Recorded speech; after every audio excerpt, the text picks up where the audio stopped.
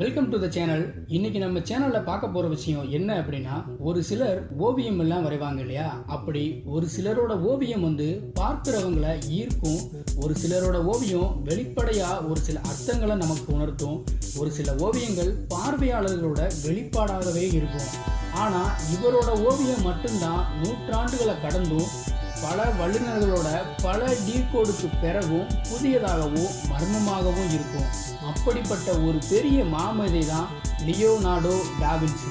இவரை பற்றியும் இவரோட ஓவியத்தை பற்றியும் தான் நாம் இந்த வீடியோவில் பார்க்க போகிறோம். வீடியோக்குள்ளே போகிறதுக்கு முன்னாடி நீங்கள் இன்னும் நம்ம சேனலை சப்ஸ்கிரைப் பண்ணலைன்னா கேவிபி டாக்கீஸ் சேனலை சப்ஸ்கிரைப் பண்ணுங்கள். மறக்காமல் பெல் ஐக்கானையும் கிளிக் பண்ணுங்கள். வாங்க இப்போது வீடியோக்குள்ளே போகலாம்.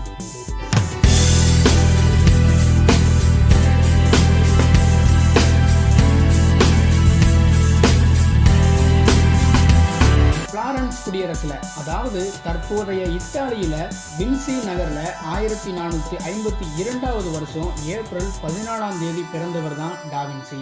இவர் இத்தாலிய மறுமலர்ச்சி கட்டிட கலைஞரும் கண்டுபிடிப்பாளரும் பொறியியலாளரும் சிற்பியும் ஓவியரும் கூட ஆவார். இவர் பல்துறை மேதையா கருதப்பட்டவர் தான் டாவின்சி. அது மட்டும் இல்லாம உடற்கூராய்வுல கற்று தேர்ந்தவர் அப்படிங்கிற சிறப்பும் இவருக்கு இருக்கு. 2 கையினால எழுதுற பழக்கமும் இவருக்கு இருக்கு.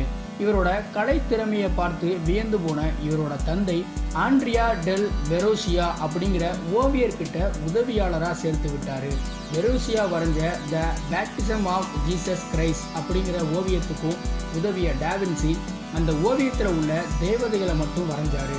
அந்த காலத்துல எல்லாம் ஓவியர்கள் முட்டைகளையும் கலர் பொடிகளையும் வச்சு தான் ஓவியம் வரைவாங்க. ஆனால் டாவின்சி கொஞ்சம் வித்தியாசமாக ஆயில் பெயிண்டிங்கை யூஸ் பண்ணி அந்த தேவதைகளை வரைஞ்சாரு. இதனாலேயே அந்த ஓவியம் பெரிய அளவில் பேசப்பட்டது.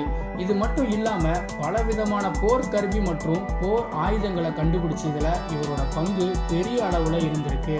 நாம் அன்றாடம் யூஸ் பண்ணுற கத்தரிக்கோலை கண்டுபிடிச்சது கூட டாவின்சி தான் அப்படின்னு வரலாற்று ஆய்வாளர்கள் சொல்கிறாங்க. இவர் வாழ்ந்த காலத்தில் இறந்த சடலத்தை மிகவும் மரியாதையோட கையாளுவாங்க. ஆனால் உடற்கூராய்வை பற்றி டாவின்சியோட ஆர்வத்தை தெரிஞ்சுக்கிட்ட இத்தாலிய மன்னர் ஒரு சடலத்தை உடற்கூராய்வு செய்ய டாவின்சியை அனுமதிச்சாரு. ஒரு சில வருஷம் கழிச்சு டாவின்சி வேட்டிகன் சிட்டிக்கு குடிபெயர்ந்தாரு. வேட்டிகன் சிட்டியை சுற்றியும் நதியால் சூழப்பட்ட ஒரு அழகான நகரம் தான். எதிரிகள் தாக்குதல் அப்படின்னாலே அங்க நதிகள் வழியா மட்டும்தான் நடத்தவே முடியும். அதுல இருந்து தப்பிக்கவும் எதிர்த்து தாக்குதல் நடத்தவும் நீர்மூழ்கி கப்பலை வடிவமைச்சாரு டாவின்சி. அது மட்டும் இல்லாம இப்போ நாம யூஸ் பண்ற பீரங்கியோட வடிவமைப்பை முதல்ல செஞ்சது டாவின்சி தான். விமானம் மற்றும் ஹெலிகாப்டர் வடிவமைப்பு பற்றி டாவின்சி எழுதின கோடெக்ஸ் அட்டாண்டிகஸ் அப்படிங்கிற புத்தகத்தில் இடம்பெற்றிருக்கு. ஆனால் இது எல்லாத்தையும் மிஞ்சுற அளவுக்கு மர்மம் நிறைஞ்சதாக இருக்கிறது டாவின்சி வரைஞ்ச த லாஸ்ட் சப்பர் பெயிண்டிங் மற்றும் மோனலிசா பெயிண்டிங் தான். ஒரு அறையில் எந்த பக்கம் இருந்து பார்த்தாலும் மோனலிசாவோட கண்கள் நம்மளை பார்க்குற மாதிரியே இருக்கும் அப்படின்னு ஒரு தரப்பு சொல்கிறாங்க. மற்றொரு தரப்பு மோனலிசா ஓவியம் உங்களுடைய பார்வையோட வெளிப்பாடுன்னு சொல்கிறாங்க. நீங்கள் அந்த ஓவியம் சிரிப்பது மாதிரி நினச்சி பார்த்தீங்கன்னா அது சிரிப்பது மாதிரி உங்களுக்கு தெரியும். அதுவே அந்த ஓவியம் அழுகிற மாதிரி நீங்கள் நினச்சி பார்த்தீங்கன்னா அந்த ஓவியம் அழுகிற மாதிரி உங்கள் கண்ணுக்கு தெரியும் அப்படின்னு இன்னொரு தரப்பு சொல்கிறாங்க. ஆனால் எது உண்மை அப்படின்னு டாவின்சிக்கு மட்டும்தான் தெரியும்.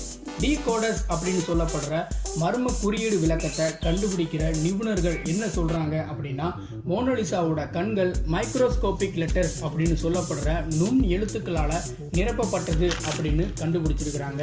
அந்த ஓவியத்தில் உள்ள ஒரு சில குறியீட்டை சேர்த்து பார்க்கும்போது லேகிஸ் போத்ரா சித்தாலியே அப்படிங்கிற இத்தாலிய வார்த்தையை கண்டுபிடிச்சிருக்கிறாங்க. இதோட அர்த்தம் என்ன அப்படின்னா, எல்லா உண்மையும் அடங்கியுள்ள பொருள் இதுதான் அப்படின்னு அர்த்தம் அப்படின்னு சொல்றாங்க. ஆனா இதுல உண்மை அப்படின்னு டாவின்சி எதை சொல்றாருன்னு தெரியல. அதனாலதான் இந்த மோனலிசா ஓவியம் இப்ப வரைக்கும் ஒரு அவிழ்க்க முடியாத முடிச்சு மாதிரியே மர்மமாவே இருக்குது. அடுத்து டாவின்சியோட த லாஸ்ட் சப்பர் ஓவியம் இன்னும் நிறைய மர்மங்களை தனக்குள்ள ஒளிச்சு வச்சிருக்குது அப்படின்னு தான் சொல்லலாம்.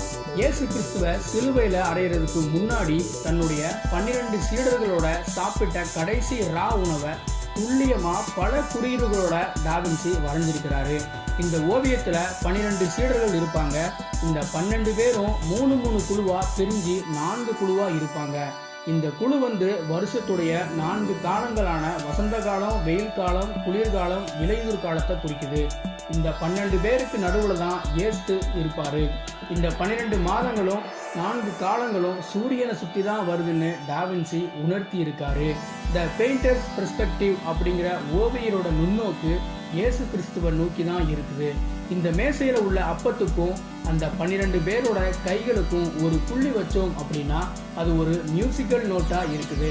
இதை வச்சு டாவின்சி என்ன சொல்றாரு அப்படின்னு கண்டுபிடிக்க வரலாற்று ஆய்வாளர்கள் ரொம்பவும் ஆர்வம் காட்டுறாங்க. இன்னைக்கு நாம நெட் பேங்கிங் யூஸ் பண்றோம் இல்லையா, அதுல நாம பாஸ்வேர்டை 3 தடவை தப்பா போட்டோம்னா நம்ம அக்கௌண்ட் பிளாக் ஆயிரும். இந்த டெக்னாலஜியை கூட கிரிப்டெக்ஸ் அப்படின்னு டாவின்சி அப்பவே கண்டுபிடிச்சிருக்கிறாரு. குழாய் வடிவத்தில் உள்ள இந்த கிரிப்டெக்ஸ் பல எழுத்துக்களையும் எண்களையும் உள்ளடக்கி இருக்கு. உங்களோட பாஸ்வேர்டை இதுல சரியா வரிசைப்படுத்தணும். 3 தடவை உங்களோட பாஸ்வேர்டை தப்பா வரிசைப்படுத்தினீங்க அப்படின்னா அந்த கிரிப்டெக்ஸ் உள்ள இருந்து ஒரு ஆசிட் கசிஞ்சு அதுக்கு உள்ள இருக்கிற ஆவணம் எல்லாமே அழிஞ்சிரும். அந்த காலத்துல எல்லாம் ஆவணங்களை கேன்வாஸ் அப்படிங்கிற துணியில தான் எழுதி வைப்பாங்க.